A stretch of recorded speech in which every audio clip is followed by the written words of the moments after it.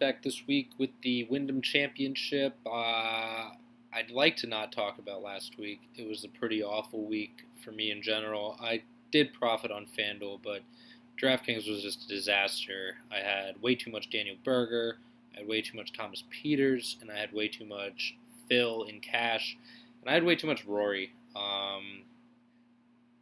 Looking back, I should have went with Matsuyama and saved myself some money. Better form, ball strikers course, Matsuyama pretty much just as good of a play as Rory when it came down to it. So if I went with him and Fowler and just avoided Peters and Berger, that would have been a really good week. Paul Casey was chalk. He came through, but didn't really. Paul Casey was a great play last week, and everyone knew it, so it wasn't, I wouldn't play anyone instead of him if I did it again. Zach Johnson did well. Gary Woodland, just a guy that I don't play that often. Bomber's course, I guess, with course history, you should have played him.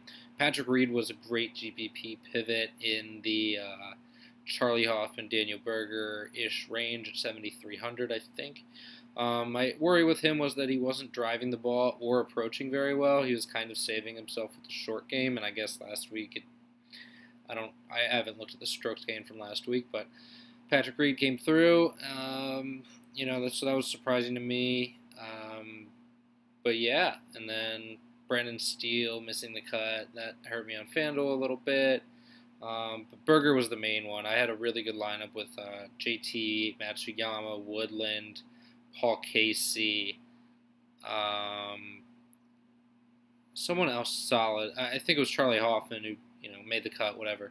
But then Berger was there, and Berger really just limited that lineup with great core of Matsuyama, JT, and Woodland. But yeah, the Berger miss really hurt me and a lot of people. So I don't really feel too bad about that pick. A lot of people were on him. So it is what it is, and we move on. So this week, we're at the Wyndham Championship in Greensboro, North Carolina, at Sedgefield Country Club. It's not too long of a course, but, Bombers don't really tend to have too big of an advantage here. It's a strategy course, second shot course. So strokes gained approach is going to be my number one stat. But around the green and putting really tend to matter at this course, especially for the top-tier guys, not just the cut makers, the top-tier finishers. So, Ryan Moore has won here. Webb Simpson has great history here. Who else?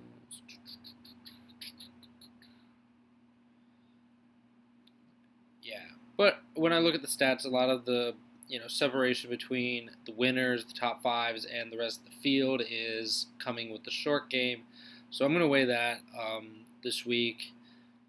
Strokes gained around the green and strokes gained putting on Bermuda. It's been Bermuda since 2012. So, if you look at my course history, 2016, 2015, 2014, 2013, 2012. So, you got 5 years of course history. 5 years of course history on Bermuda.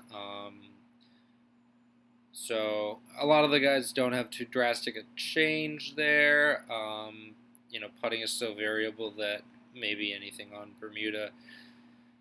Difference is just noise. But with some of these guys, I think it does make a difference. But it's up to you to make that decision. So getting into it here, starting at the top, we got Henrik Stenson coming off another very good performance at a major. Quail Hollow didn't really fit his game, and he had bad course history there, but he still came through. I guess the long irons were really dialed in. That was the thing that worried me with him last week, is that his long irons are usually really good. I just worried that he wasn't even long enough to really get to the point where his long irons would really be able to serve him well. But here we are. Henrik Stenson's at the top. He doesn't really have course history here. I'm just not going to really count a withdraw and 2 missed cuts. Doesn't really bother me. He's coming in great form. Tee to green, he's great. He hits all the fairways pretty much. And his approach game is money. The only thing I worry about is around the green, but if you're hitting all the greens or most of the greens more than the field, then your short game really can't hurt you too much because you're not going to be using it that often. And Henrik Stenson putting on Bermuda is just fine. I think Stenson is more in play on FanDuel where there's some softer salary in the 6K range that we'll get to. DK, I don't really like anybody in the 7K range if I'm being perfectly honest. There's only really one or two guys that I have any real conviction with there. Three or maybe three. But yeah, 11.5 is just expensive, and so is Kisner at 11.3. If I'm going to play those guys, I'm going to play them over on FanDuel. I don't know if I want to start a cash lineup with Stenson or Kisner. I really don't want to play both. There's some good plays in the 8K range. I don't think I need to go stars and scrubs this week, but I don't know. I feel like Stenson could definitely win. Stenson could definitely be a better point producer than Kisner this week, especially if people are worried about Kisner coming off of, I don't know if you want to call it disappointing Sunday at the PGA Championship. It's hard to be disappointed when you're taking home $300,000, but then again, he's not taking home the $1.8 million and the Wanamaker Trophy. So that being said, I think on FanDuel you kind of have a debate there between Kisner and Stenson on who you might want to start your cash game lineup with. So I'm going to have one lineup that I think starts with one of them. Right now it's Kisner. And I'm going with Stenson GPPs just because I think he'll be lesser owned. People are going to see the course history of Kisner. They're going to see what he did last week. He's fresh in everyone's mind.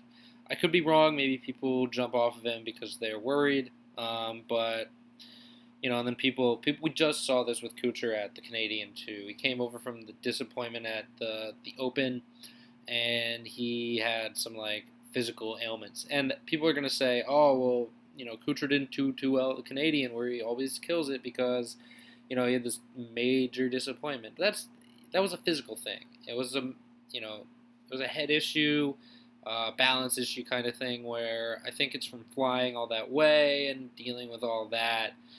I think it was more of a physical thing than, Kuchar doesn't want to be here. He's just here for whatever reason, blah, blah, blah.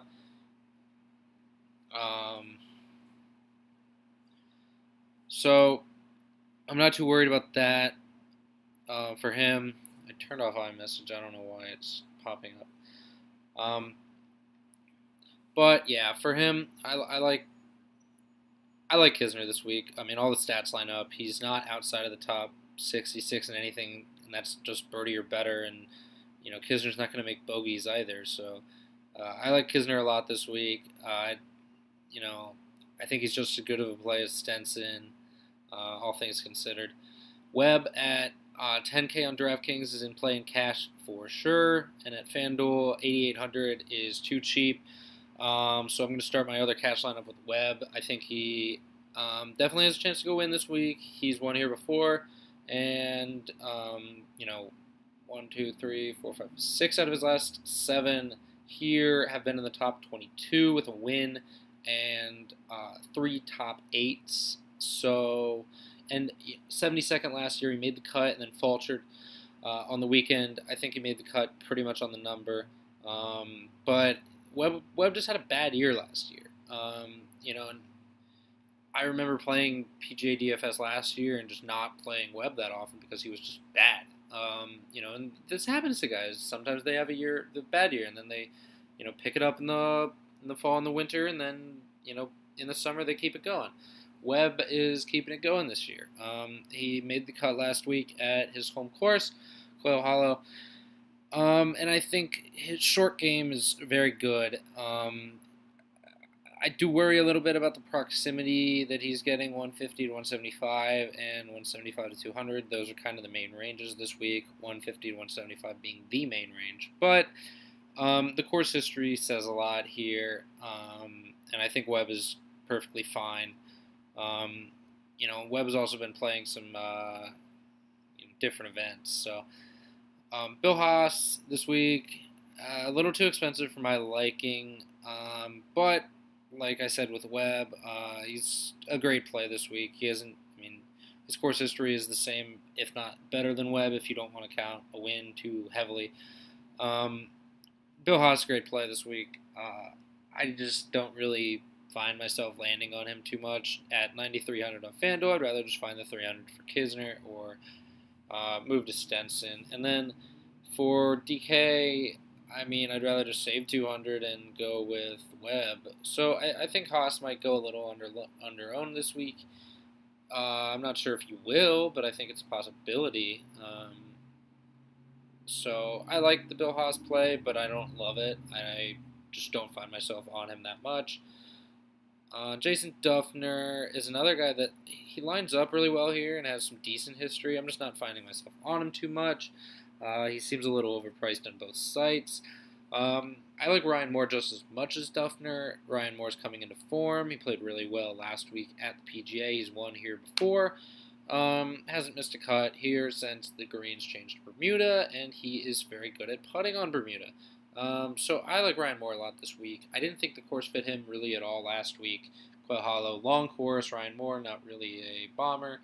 Kind of an accuracy guy and short game guy, but I like him a lot this week.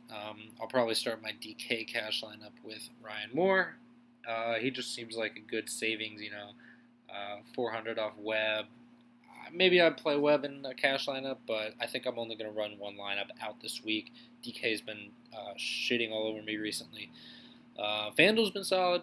I don't know what it is with 8 of 8 versus 6 of 6. Maybe it's the pricing. I don't know, but I've just been fucking destroyed on DraftKings recently. So I think I'm just going to play heavier on FanDuel and hope for that run to continue. Bud Cauley played really well last week again. He's been solid recently. Approach game strong.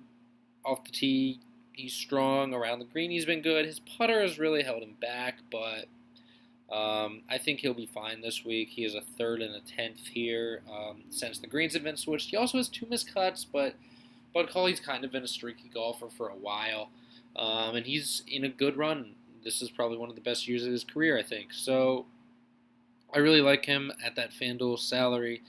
He represents a really good savings over there, and that DK salary is pretty reasonable. I'm just not really finding myself. I'd trust Ryan Moore more than I would trust Cauley, and I would trust Ben On at 8,900 more than I would trust Cauley as well. So I like Cauley a lot. He's going to be in my FanDuel cash probably, but DK is a little iffy there. You can look at the guys, odds-wise. Keegan is 40 to 1. He's 8,000. Bud Cauley's 7,900, 35 to 1. And there's some guys more expensive than Bud Cauley with worse odds on FanDuel. So I like Cauley. I think he's reasonably priced. Keegan, Keegan lines up statistically really well. The thing with Keegan is a lot of these off-the-tee stats come at courses where he can bomb it as much as he wants. This is kind of a less-than-driver course, strategy course, put it where it needs to be, and then go on from there. So that kind of takes one of Keegan's main weapons out of his hands, I think. Do I think Keegan could play really well here? Sure. He has a 46 here, and he's coming in really good form. But, I just don't really see myself landing on him at 9,500 when Ryan Moore has shown here that he has a win. It comes from before when he has a win. I was looking at Cauley's, sorry. Ryan Moore's won here, and, he has a 10th here. Keegan could play well here. Sorry. James Hahn. 9K on DraftKings, a little too much for me. I don't mind that price, but I don't love it, especially for a guy that kind of has up and down sometimes. 6,900 on FanDuel's a steal. You plug him in cash there. I think that's an easy play. But James Hahn's been playing really well recently. Off the tee, approach around the green. He's been solid in all three facets of the game there. So I like that a lot. His putter's a little weak, but I really think he's a good play this week. Kyle Stanley, pure ball striker, but terrible putter. We know this. He's like Bud Cauley. Bud Cauley's like him. These are two guys that we in the community like all the time because they're really good at ball striking. They just need the putts to fall and they'll win, like Kyle Stanley did back at the Quicken Loans. This is a course that's similar to that in that it takes a lot of strategy. Now, with Stanley, he crushes it off the tee in terms of accuracy and medium distance, which is solid. His approach game is great as usual. His around the green has been alright, and his putter is bad. We know this. Proximity 175 to 200. Kyle Stanley, first in the field. Par 4s, Kyle Stanley. In the range that we want. Solid, but not outstanding, but birdie or better, he's great. 14th here last year. I like Kyle Stanley. My worry is that he was a terrible putter last week. I mean, if he just putted decently, he probably makes the cut. And so if you look at his form, his recent form, it's not great. He has 2 missed cuts and like a 50-something at the Bridgestone. But, these events are ones that the best in the world are playing. And Kyle Stanley's a good golfer.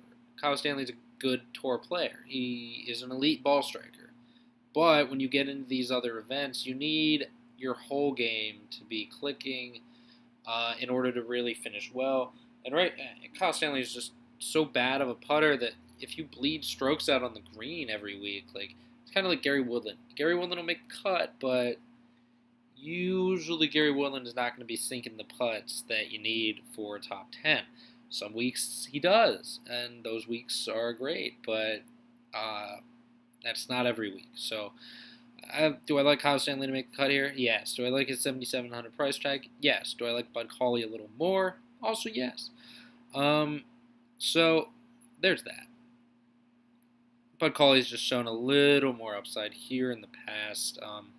So I like Bud Cauley a little more. But I wouldn't fault you for playing either of these guys, both of these guys, however you want to do it. Chris Stroud popped last week, 6,600 on FanDuel. I think a lot of people are going to play him over there. I don't know if I will. He's been playing really well recently, but not much success ever at this course. 5 missed cuts and 3 finishes, none above 37th. I don't really see too much reason to try to force Chris Stroud in my lineup when there's other guys that I like a little better. So I'm not going to talk too much about Chris Stroud. I think he's just going to be a fade for me. Ben On, a guy that played, he was hanging around last week. I think he birdied the first 3 holes of the tournament, jumped up on the leaderboard there early, and kind of hung around all week. Another guy that's a great ball striker, but not a great putter. I like Ben On a lot this week. He's definitely a cash play on both sites. 8,200, I think, is a fair price. I think his odds are a little off. Maybe it's just because he's not a winner. He doesn't tend to go out and win tournaments. But I like him a lot this week. I think he could go out and definitely compete here. Ben Martin, plug and play on FanDuel at 6,500. I like him more than Stroud at that kind of, uber value price. So I'm gonna have Hahn and Martin definitely. Ben Martin, not long, really off the tee. Leaves a bit to be desired there. But strokes gained approach, first on tour recently. His putter is great on Bermuda, and look at the proximity numbers. I mean, he's sticking them close. He has a 10th here since the greens changed. I really like Ben Martin this week. 8,800 on DraftKings. I think I'll just play Ben On. Ben On is a more pedigreed player. I like that play more. But 6,500 on FanDuel is a steal, and you're going to want to play him over there, I think. Grayson Murray. I'm going to fade Grayson Murray again this week. I fade him almost every week, but this seems like a course where Grayson Murray is going to try to bomb it out there, and His approach game isn't good enough to make up for a lack of distance when he tries to dial it back a little bit. So I don't really like that play too much, especially at 9,100 on DraftKings. I'll take a guy that's more solid overall in Stanley, Cauley, Hahn in terms of around the green. 6,800 on FanDuel is a decent price. I don't mind if you take a GPP shot over there. Maybe he does overpower this course and plays his game really well, but yeah, I'm just not going to be on him too much this week. I like Chad Campbell a lot this week. Again, I feel like I say this every week. Chad Campbell definitely is in great form right now. He has the goods to play well here. He hits fairways. He hits greens. He's good around the green. He's not a great putter, but if he's hitting greens, like I said, it's not going to matter too much. So I like his proximity stats. I like his par 4 scoring.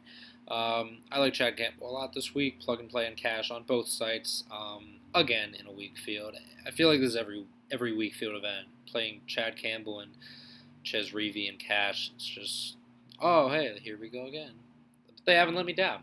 Ever since, I think, the Travelers, even before that, like the St. Jude for Ches Reavie, I think he got 4th, and I was on him. He was like 6,400, and everything lined up. So I played him, and he killed it. So I've just been riding him. Billy Horschel, GPP play only for me. I can't ever play this guy in cash anymore. He just burns me every time. Could Billy Horschel go out and win this week? Yes. Could Billy Horschel miss the cut? Yes. Billy Horschel just kills me, man. Every week, something different with this guy. So I think he made the cut last week, and then at the Bridgestone, he was like 20 over at one point. Like, what the fuck, man? Like, I don't know what this guy's doing. We know he's a good player, but he's just so inconsistent week to week. It's so hard for me to trust him. You could play him in this week. I mean, the DraftKings price is a little insane at 7,700. I mean, I think Billy Horschel should be in the 8Ks in a field like this, but I still don't really want a miscut in my lineup. And Billy Horschel's always a risk to do that. So I'm just going to pass on Horschel this week and hope he misses the cut.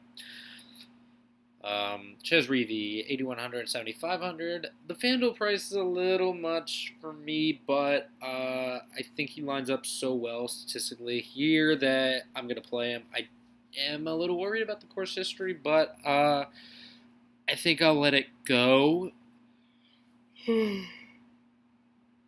because his iron game this year is on a different level than it ever has been. So in the past, his putting has kind of held him back, and I think that's why he was missing those cuts. But right now, he's so dialed in that I'm not worried about that. I think he'll be fine here this week. Lucas Glover I like a lot this week. I can't believe I'm saying that. He is coming into form. He's back in the Carolinas where he tends to play well.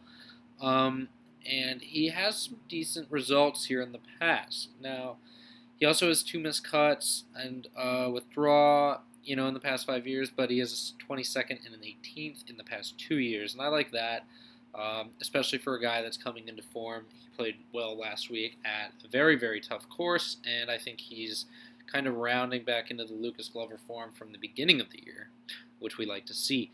Kevin Streelman is a good cash play, I think, on both sites, 8,300.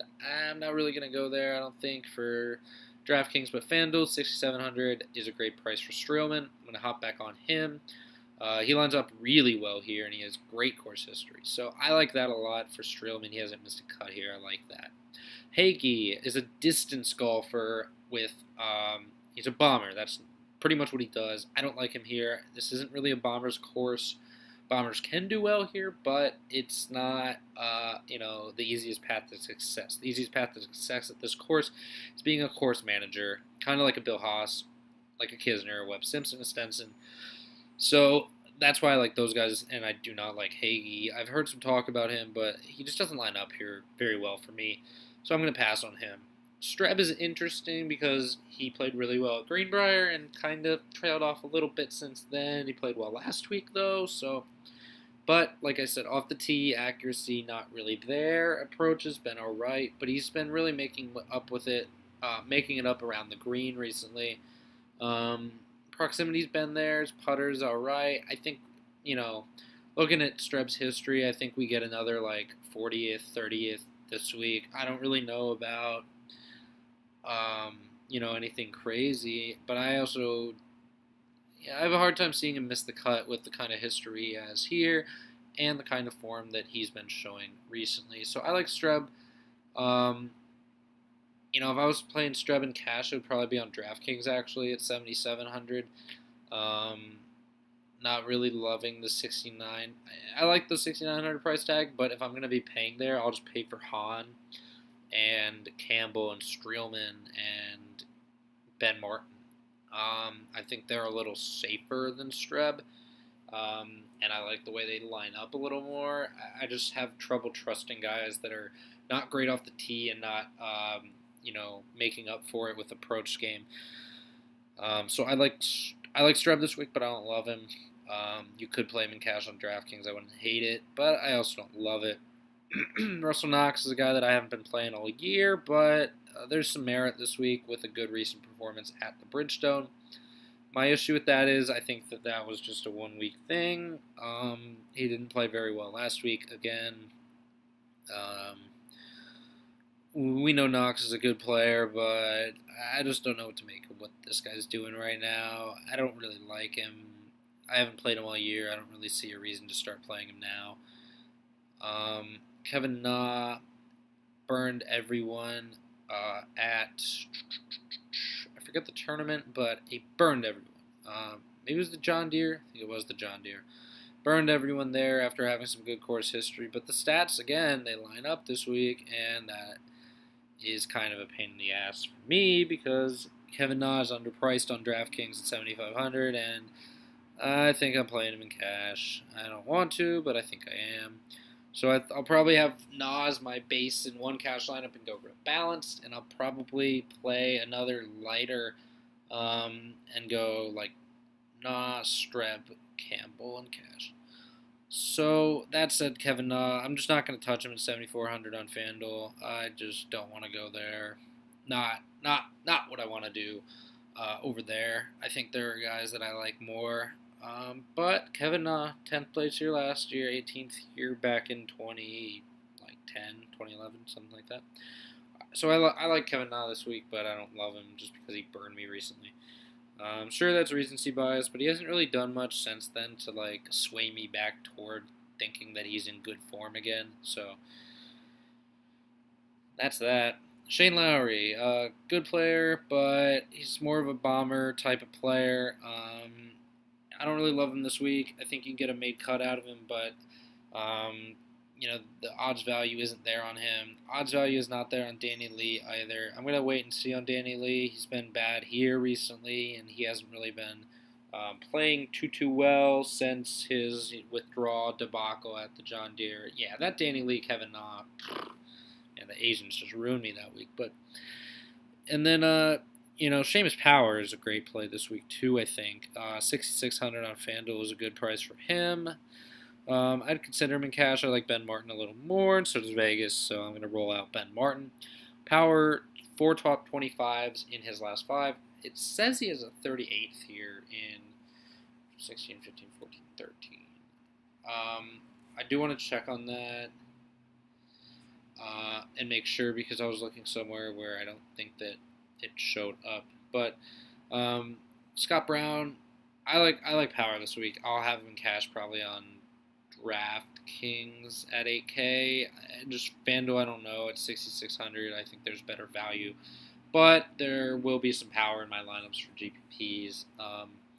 So you could play him in cash over there. I don't really hate it. I don't really love it. You could start Power Martin, Campbell, Streelman, Reavie, Power Martin, Campbell, Hahn, all those guys in the high 6K range. I don't like to go lower than them in cash on FanDuel. There's always good value in that range, and then just plug in like 2 or 3 studs. That's kind of my cash strategy, and it's been paying off very well for me. Scott Brown. Scott Brown was very boomer bust, and I think every time he booms, people want to ride him, but then he falls off again. I'm just not going to play him this week. I think he might fall off again. He lines up pretty well, but I just worry that he's just going to have a bad week, which he does sometimes. Kevin Tway is more of a bomber, so I don't really love him this week. He could play well here, he could not. I don't really know. Nobody seems to have the same conviction on Tway that they did at the Canadian, where he played well, but he didn't really, contend to win. So I don't really have a problem fading him this week.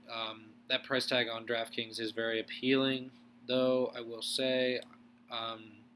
So if you wanted to play him, I'd play him over there, DraftKings.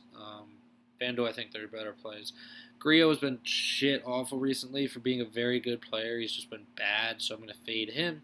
Graham McDowell, another very good pedigreed player that just hasn't been playing well, but he pops in a lot of stat categories. He definitely could show up and compete for a win this week, don't get me wrong, but it's hard for me to trust a guy that's been playing as badly as he has. Brian Palmer's a bomber with he's been a terrible putter this year. I don't really see where the 25th ranked in strokes gained putting on Bermuda comes from, but I don't really like Ryan Palmer too much this week. I don't think anyone does, so I'm just going to fade him. Harris English can't hit a fairway to save his life. He's not very long off the tee. But his approach game around the green and putting have been great. So those have been kind of his saving graces here this year. And he has some decent history, so I don't mind a flyer on Harris English. But his price is just a little too high for me. And that makes him a great GPP play because he's mispriced too high and nobody's going to play him. So I like that GPP play for English, but it's going to be really hard for him to score really well off the tee, being so bad. Smiley Kaufman, decent play this week. I won't fault you for it, but I don't think he fits well here, kind of like Harris English. Nick Watney burned me last time I played him, so fuck that guy. But approach game has been good. Nothing else really is popping, so I'm going to pass on Nick Watney. Haotong Li really came through for some people at the Open. And he hasn't really played badly since then. He didn't really fail too miserably last week at a very difficult course. I'm not sure why he's playing this tournament. He could be over in Oceania at the Fiji International playing a tournament that, frankly, I think he would have a better chance to win. Kind of more fans would be there for him, but I don't really mind Haotong Li this week. I think people might play him because they recognize that he did really well at the Open. So I don't mind that play, but like I said, I don't really love it either. I mean, he just hasn't played many events in the U.S., and that is a little concerning to me. Summer Hayes, GPP play. You can play him if you want. I'm not really going to be on him. Martin Flores has been playing well recently. Like I said, he's more of like I said with guys before, you can play him, ride that form. I'm not going to do it. He is long but not very accurate off the tee. He's, in fact, one of the least accurate on tour. I'm just not going to be on him this week. Luke Donald, another guy that is a world-class player, was a world-class player, is not anymore. The thing with Luke Donald is, like, at Harbour Town, he has elite course history, did not play well at all this year, and then goes out to Harbour Town and finishes, like, top 5. This course could be another one of those where it's a course manager's course. It's going to hit the ball where it needs to be. Doesn't need to be long. Get the ball in the fairway. Get the ball on the green. Luke Donald around the green, short game putting, Bermuda. He is dialed in. But, he's a second here last year, 26th the year before. So Luke Donald could show up here. But it's not a cash play for me. He's just been so bad recently that I can't go there. Martin Laird could be a solid play this week. I mean, he doesn't miss the cut at this tournament. My worry with Martin Laird is that he's just like, bleh. Like I can see him getting like a 50th, but At 7,800 on DraftKings, I don't really want to pay for a 50th, and 6,500 on FanDuel. I'll take Ben Martin. I think Ben Martin's in better form than Martin Laird is, so I'll take Ben Martin all day. The odds makers agree with me too. Ali this week. Ali. So he went out the Canadian, killed it the first round, and then kind of just went pew all the way through the tournament. It was kind of disappointing because I had a lot of him, but it was also kind of not disappointing because I didn't have enough of him on FanDuel. So for me, it was kind of a wash for Ali. But I think Ali will do what he does and bubble around the cut line this week, and maybe he makes it, maybe he doesn't. But I don't see him finishing top 25. And William McGirt has kind of been coming off of an injury, so he hasn't been great. He's another one of these fairway hitters, get the ball in the green, get the ball in the hole, move on kind of guys. He doesn't really miss too many fairways. He doesn't put himself in trouble, but not stellar course history, just 2 good results. So that's nice to see, but he's been in bad form recently, and I don't really want to play McGirt this week. And I had some Euro plays. Where are they? Here. Let me find them.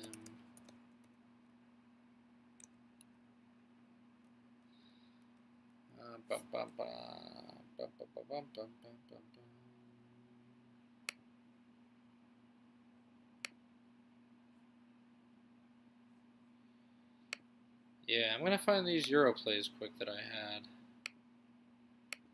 They're around here somewhere.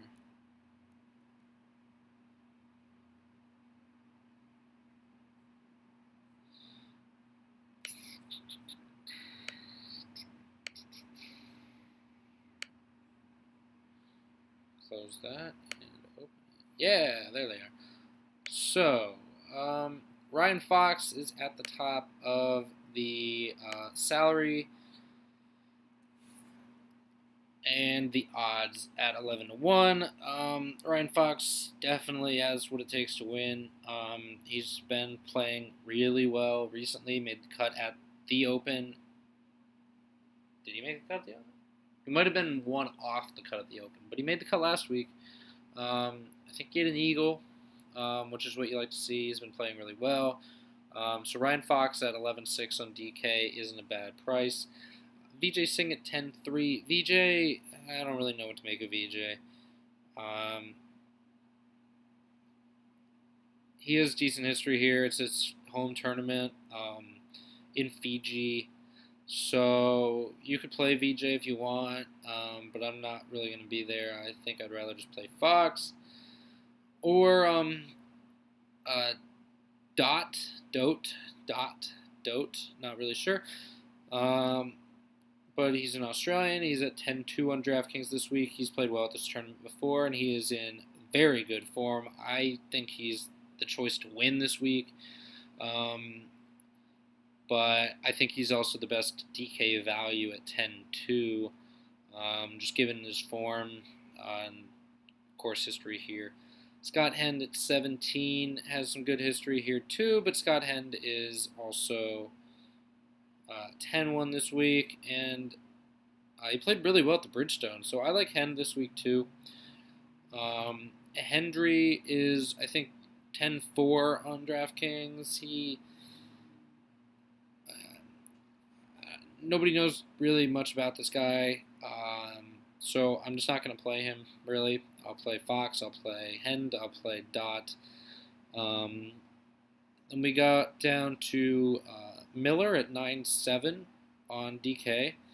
He made the cut at the Australian PGA, but hasn't really been around too much. I think he's a Sunshine or Australasian Tour player, but I think he's in good form. If he's not in good form, I wouldn't really have him on this list.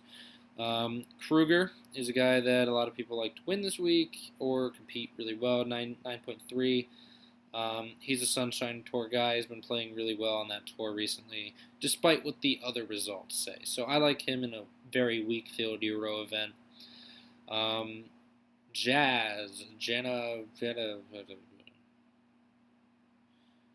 Jana Watananand? Jazz Jananatawanda. 8.9. Okay, for Jazz. Played really well at the Hero Indian Open. Played the Dean and DeLuca, which is weird. Finished 82nd there, missed the cut. I like Jazz this week. Decent play. Rahman, Connolly, Jones, Rumford, Boonma, Green, Higginbottom. Higginbottom is a course history only guy. Geary, Saxanen, De Silva, Price, Lawson, Sim. These are all guys that I like based on course history and some recent form. Mostly history, though. In an event like this, I'm just kind of take the guys that played really well here before. I'm going to make a bunch of lineups with these guys and toss them in and see how they do. But I'll probably take stands on like Fox Dot and maybe some Scott Hend at the top. I'll have to do a little more digging into the course history there, but that's all I got for you guys this week. You can check these prices out on DK. Some of them are going to be better odds values than others, and a lot of these guys I think that nobody will play just because nobody knows who the hell they are. So if these guys come through for you, feel free to give me a shout out. I honestly don't expect much, but I don't think anyone does this week with the Euro Tour. So I'll just throw them out there and throw some small money on them and see what comes out for you. But anyway, best of luck this week, and you can find me on Twitter at mandrews93DFS. Feel free to give me a follow, share the video, do whatever you want. Drop a like, subscribe if you want. I'll be doing it again next week. I try to get them out on Tuesday nights, but sometimes things come up and I get them out on Wednesday. But it is what it is. I try to do the best I can here for you guys. So have a good week, and see you again next week.